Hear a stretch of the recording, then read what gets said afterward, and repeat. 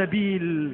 الثقة بالله خلق ورثنيه أحمد، فجرى ملء دمائي وشغافي، لم يغيره على طول المدى بطش جبار ولا كيد ضعافي.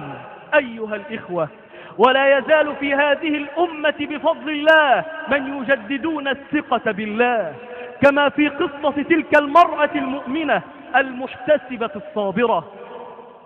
أجرى الأطباء لابنها ابن السنتين عملية في قلبه، وبعد العملية أصيب بنزيف حاد أدى إلى توقف القلب عدة دقائق. عندها قال لها أحد الأطباء: قد يكون طفلك قد مات، وأرى أنه لا أمل له في تلك الحياة. عندها قالت المرأة المؤمنة: الشافي هو الله، أسأل الله أن يشفيه. ثم استدارت وأمسكت مصحفها تقرأ كلام ربها، وبعد قليل توقف النزيف.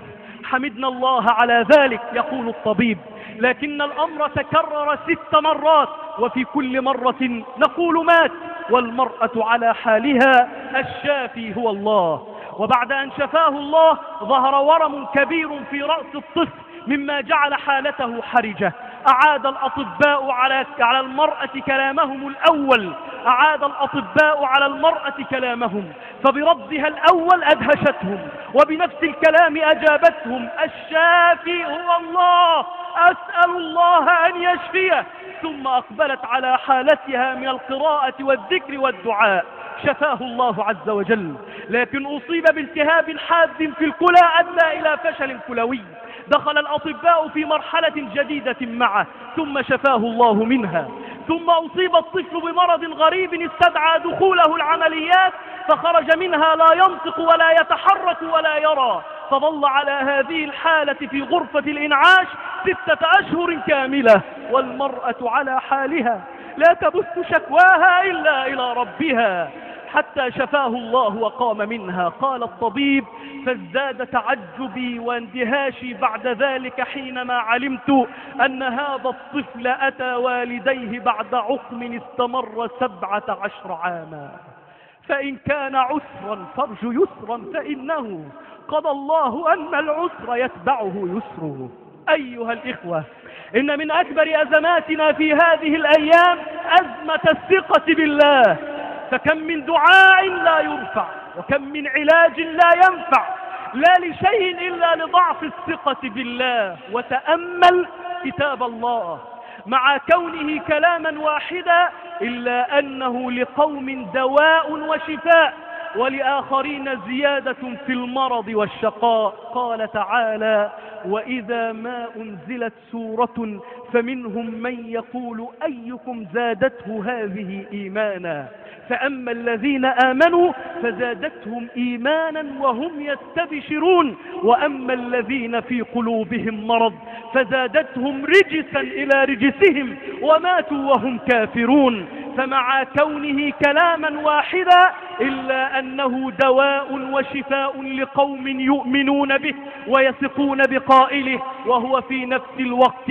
زيادة في المرض والشقاء لقوم لا يؤمنون به ولا يثقون بقائله.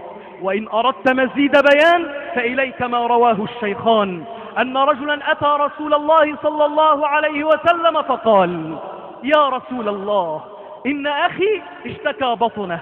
فقال عليه الصلاة والسلام: اسقه عسلا. ذهب الرجل وعاد وقال: سقيته عسلا فلم يزده إلا استصلاقا وألما. قال النبي: اذهب فاسقه عسلا 1 و2 و3. وبعد المرة الثالثة قال الرجل: يا رسول الله، قد فعلت، سقيته عسلا فلم يزده إلا استصلاقا وألما. عندها قال رسول الله صلى الله عليه وسلم: صدق الله، كذب بطن أخيك، اذهب فاسقه عسلا. فعاد فسقاه فبرئ.